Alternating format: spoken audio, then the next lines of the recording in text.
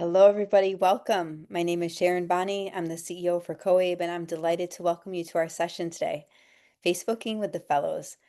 Before we get started, as we're bringing our fellows into the room, I wanted to take a minute to talk about what we've been doing here in DC. We've been on the Hill talking with legislators, but we kicked that off on Monday evening with a training session for our fellows. And then from there, we had a legislative breakfast for the champions of adult education and then a legislative briefing as well.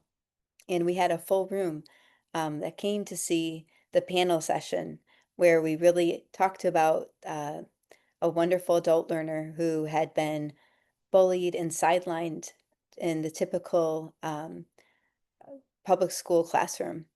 Unfortunately, he was dealing with ADHD and an IEP, and he had a chair that the principal had a chair with his name laminated on it. And pretty much he spent his time there in the principal's office instead of in the classroom. And interestingly, when he dropped out in the ninth grade, he had a second grade reading level. And through an adult education program that he found a couple years later, he said not only did they help him, with his reading and writing and skilling up as he needed to, but they also gave him the motivation and the inspiration and the confidence that helped him with his self-confidence. He went on to not only get his GED, but he also then was able to get 3 stackable credentials, an electrician, a plumbing, and HVAC, and now he's an electrician. And so he came and spoke, and that I don't think there was a dry eye in the audience. There were so many people that were just encouraged and excited by what he was sharing because that's adult education, right? We're helping people get off the sidelines, get the skills that they need, and to get into the workforce or community college. So we did that yesterday, and then we had Hill visits all day. And so many of the state advocate fellows came. And some of the state advocate fellows stayed back and did other things during this week, during Adult Education and Family Literacy Week. So I'm going to ask 2 of the fellows who've joined us today if they would unmute themselves and unstop their videos and share with us about the activities in their state. So we'll start with Luis. Luis, you were the first one on, so we're going to punt it over to you if you would like to share about what you've been doing in Illinois. You, Sharon. Really great to be here. Again, Luis Narvaez from the state of Illinois. I'm trying to turn on my camera, but it's not. Oh, there it is now. There you go. Yes. Um, yeah, so we're very proud of the groundwork that we've been doing, both with the state legislature as well as the governor's office and our elected officials in DC. Not only connecting really the work of adult education, the funding that they're able to provide us with, the success of our students, right? Putting students in workforce spaces where they can be successful because of the learning that they received through adult education programming across the state of Illinois.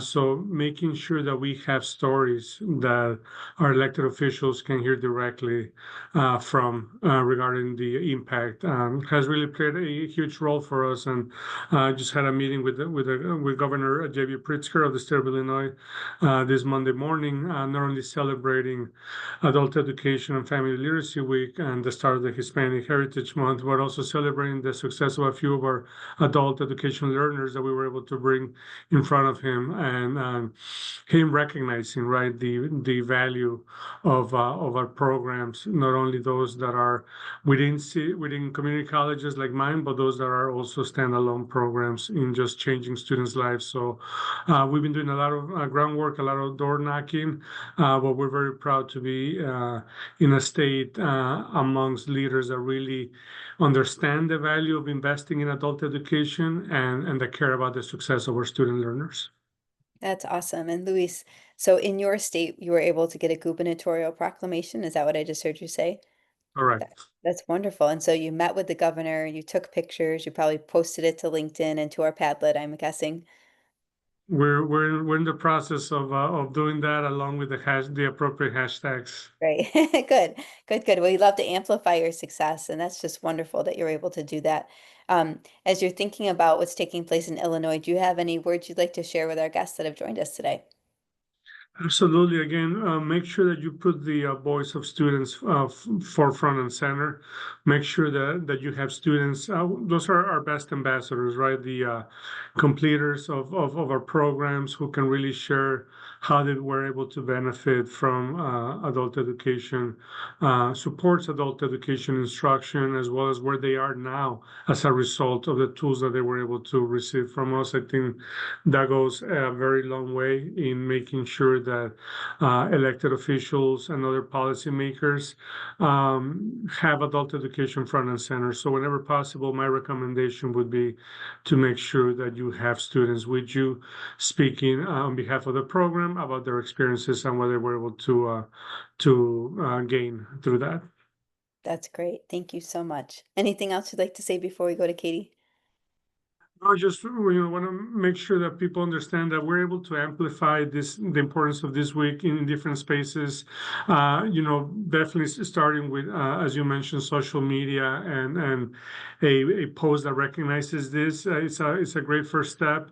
We know that people have different limitations in terms of what they're able to do, but I feel most of us by now have a LinkedIn account where we can just make a post, do the appropriate hashtags, and then let that be amplified by who we are connected with already. And, I like to make sure that our local elected officials are aware of the work that's happening, how we're putting those dollars to work. And so platforms like LinkedIn are great for that. So that's just my encouragement for everyone. Absolutely. And I know you have the data too. You have the student stories, which are so important. And I know you use data sheets when you talk to legislators talking about that quantifiable data where we're really helping the learners to get into jobs and to community college. Absolutely. Yes. Great. Thank you, Lewis. Appreciate you. Okay, Katie. So I had the pleasure of visiting with Katie when I was on the Invest in the Midwest tour, and she was such a wonderful hostess when I was in Utah. So, Katie, we'd love to hear from you. What's taking place in Utah this week? Yeah, in Utah, we are a small but mighty team. So we are doing things maybe slower than some of these larger states, but we still have a lot going on. So we have requested a declaration from the governor. Unfortunately, with recent tragic events in Utah, the governor's been a little bit busy these past couple of weeks, but I have been told that we will be meeting with him later this week. He's going to be still making time for us to discuss that declaration during this week. We also have a lot of activity right now, especially in Salt Lake County, because it is also welcoming week on this same week. So a lot of events are combined. So there was a large county event on Monday, just for welcoming week and a citizenship naturalization ceremony where we got to highlight some of the work that we do in adult education as well. The organization that I lead outside of the fellowship and the association also held a big community event last night, and I think that that spoke volumes of the desire and need for people to just gather and be together right now. I think we had just over 300 people attending in a park, and this is anybody from volunteers to community partners to students for no other reason, just than other than gathering. So that was really fun. We had some soccer games going on and face painting, family pictures happening. Um, so we're just really taking the time to highlight some of the work that's happening in the state to bring light to adult education. I think adult education is a hidden gem. So, as much as we can do to just highlight and show the work that we're doing that. Yesterday was also our statewide directors meeting. So, the state association had some time carved out of that agenda, which was really great from our state leadership for us to be able to talk about ways that people could engage in AEFL week, the numerous things that are being put out by COABE and ProLiteracy and other national organizations that we can all kind of jump on, whether that is sharing a student story or reaching out to set up a meeting with a legislative official. Like there's everything in between for anybody who wants to be involved in advocacy. And so we're really trying to highlight all of the different ways that people can be involved. Our state conference is coming up in just a few weeks as well. So we are planning on doing a large advocacy session with the full group attending the conference to talk about what it means to take your classroom to the Capitol and how that changes from sharing an individual story to a larger view at what is happening in the field, in the state and in the country across adult ed. So we're really looking forward to just bringing this message to more people. Since your visit with the Invest in the West tour, we've had a lot of people reaching out, like, I want to be more involved in the advocacy piece of things. How do I do this? And specifically, people saying, when I hear you and Sharon talk, you have all these numbers and all of this data, and how do I get that? So we'll be doing some education and pointing people to some resources to help the numbers and the data that we know exist match the individual stories that are in their classrooms. And that's kind of what we're focusing on at that state conference session coming up. So a lot of moving parts, some of them larger scale than others, but like I said, every advocate has a lane and there's a lot of ways to participate. So we're just trying to shine light on all of the ways that people can get involved. I love that. And I have to say, getting to know Katie a little bit, she's one of the busiest people I know, but you know how they say 20% of the people do 80% of the work? That's Katie. She's one of the, you have all these things going on and it's wonderful. Um, I would like to talk a little bit about that student piece, you know, how you were saying in the classroom, kind of activating the student voice. For those that have joined us, there, you may or may not be aware, we have a student ambassador program. We have just under 400 trained student ambassadors across the country who have been trained to speak to legislators, mayors, governors, and members of Congress about the value of adult education. And one of the things we've been trying to do is really unleash the student voice because we know there are millions of learners. And if we were able to just activate 10% of them to talk to the legislators, we probably wouldn't have funding issues at all, really, because there'd be such a continuous voice for adult education. So, Katie or Louis, I'd love to hear a little bit about what you're doing in that space. I know you talked a bit about the classroom, but beyond that, is there anything else you're doing? Yeah, I'll jump in. So we actually had a student from our program participate in the ambassador training back at COABE earlier this year for the first time, and that was a really interesting experience for us. Just for context, the organization that I lead is primarily adult ELL. And so there was a lot of navigating some cultural and language barriers to get her to Dallas to that training. She had to have a specific English proficiency to participate, and we've been kind of working with her on next steps. And we're kind of looking at that and saying, how can we include people who may not feel comfortable speaking in the moment?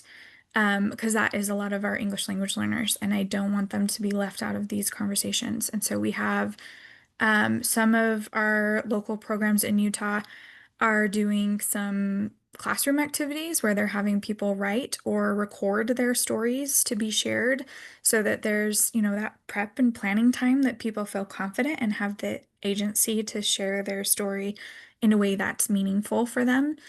And we have some other students who maybe aren't comfortable sharing their personal story for a variety of reasons. So they're assisting other people in helping and kind of co-creating this story of adult education. So we have some really cool things happening with this. I know in Utah, this is something that's on my dream list is to have us participating in student leadership more. And so we definitely have our eyes on New Mexico and some states that are doing this really well.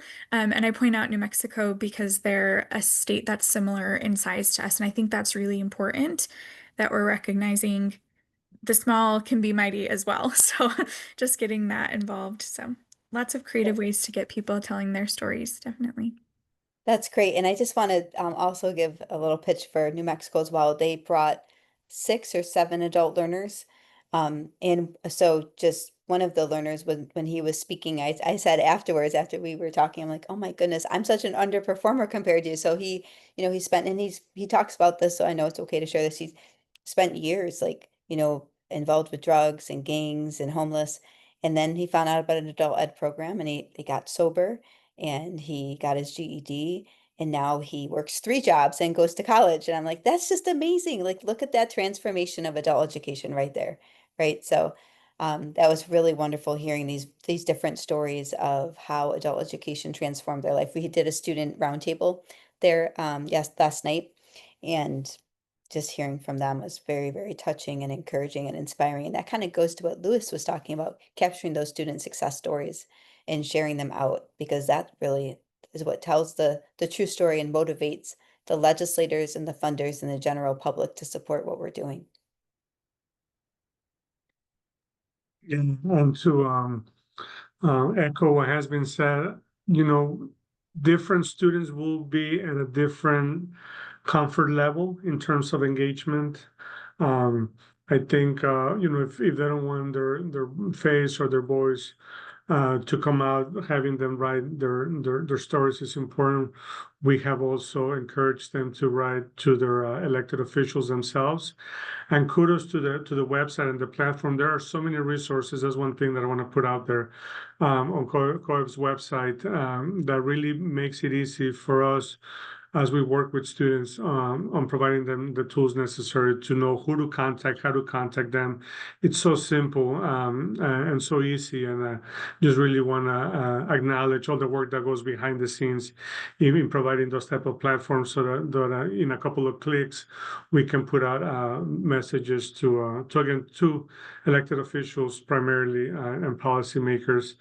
So we encourage our students to do that themselves with English language learners, similar to Katie, which is what we predominantly have here as well. You know, we give them encouragement. A lot of times they don't have, or they don't realize the power of their voice, of their story, of their journey, and you know, just giving them that little extra push on the back to say, no, you can do it, and this is how we're going to help you, makes a whole world of difference.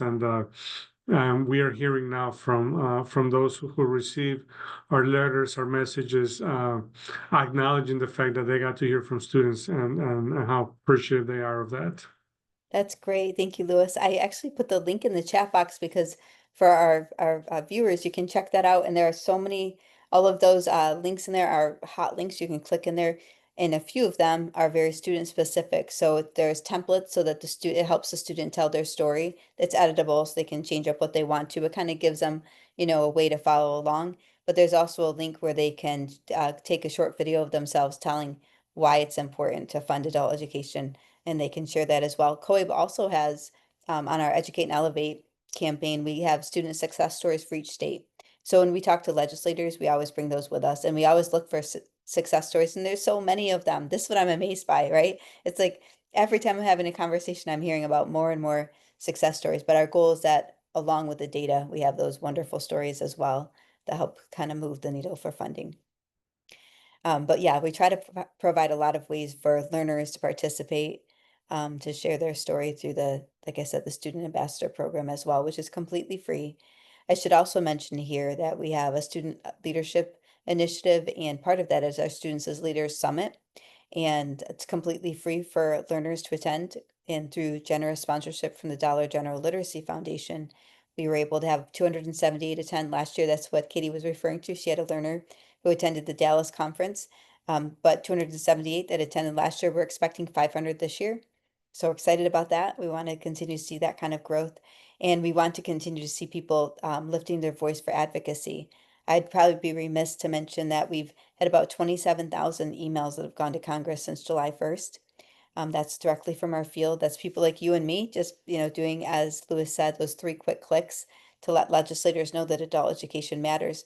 And now to September 29th is when we really need to raise our voice, because they plan to make some big decisions on the 29th. So really want to encourage everybody to take action. Just if you click it right in there in that chat box, you can see the link, and there's many ways you can take action as well.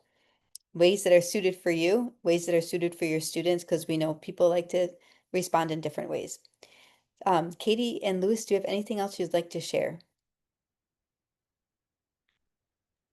I would just really encourage everybody to submit stories, student success stories. I know I say this like a broken record, that we all share these stories, whether it's at like the Thanksgiving dinner table or we talk about the success of our students, and we know that it's very meaningful. So if you're not the person who wants to be in front of the appropriations committee having these conversations, supply those of us who are with more and more and more and more stories. So I can speak in the work that I'm doing as an advocate fellow. I can speak really loudly about my own organization that is very focused on um, beginning literacy learners, and I have that specific frame of reference.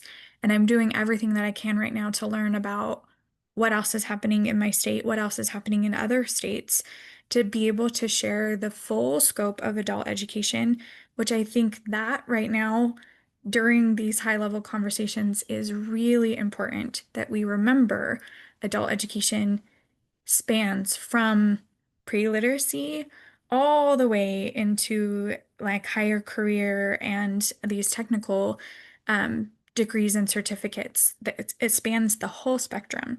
So our field is really tackling a lot, and I think the people in the classrooms on the ground can really help fuel some of that conversation and add to that conversation. Even if you don't want to be in the spotlight, let us kind of bring your student voices into the spotlight with us when we're having those conversations. Thank you, Katie. Yeah, I Louis? mean, it's a conversation that obviously it's being highlighted during this week, but that should continue and carry on throughout the entire year. I think there's always different spaces for us here in Illinois, especially for my program in Chicago.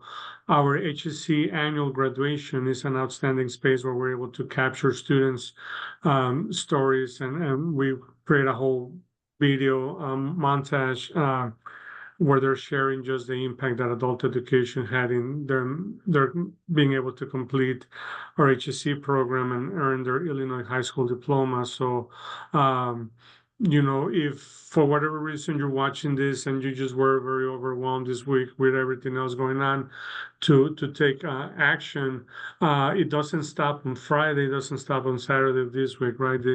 The advocacy efforts are year round. Work with your state organization, your state agency. Obviously, you have your own local events that you can also participate on. And what I'm always doing is looking for opportunities to engage our elected officials. So if I know that I happen to be at an event where an elected official is going to be participating, I make it a priority to try to either sit by them or just capture them right before or right after, give my 15-second spiel to them, and then try to connect with their staffers to be able to have a more formal follow-up conversation. So again, that happens year round. Year round, they're visiting they're with their constituents and having meetings and attending events. So please don't stop the advocacy just for this week. Continue to do it throughout the entire year, and reach out to the organization if you have any questions or need help or advice. There's so many resources available here that we're very thankful for, and I want to make sure that everyone's able to take advantage of that as well. Thank you, Louis. Really appreciate that. I would love to see your video collage montage that you're putting together when that's done.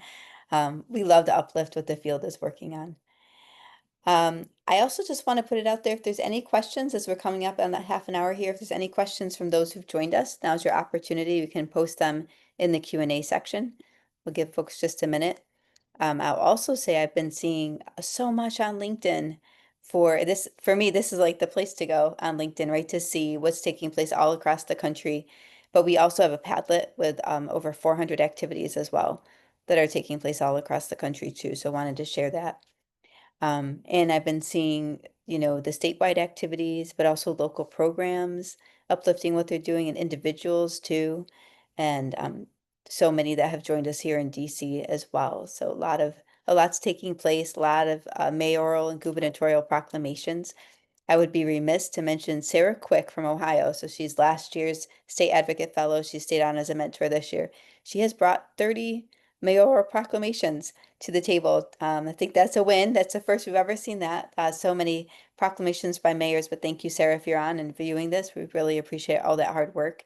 And then they've also been doing activities there in Ohio and had two folks here in Ohio as well in DC with us this week. Well, I don't see any questions, so I'm going to thank everybody for their time and just wish you all a wonderful rest of the Adult Education and Family Literacy Week. You can contact us at www.coabe.org at any time. And we really appreciate all you're doing for the field. Thank you, Lewis, and thank you, Katie, for making time for this. All right, everybody, have a wonderful rest of the week. Bye now.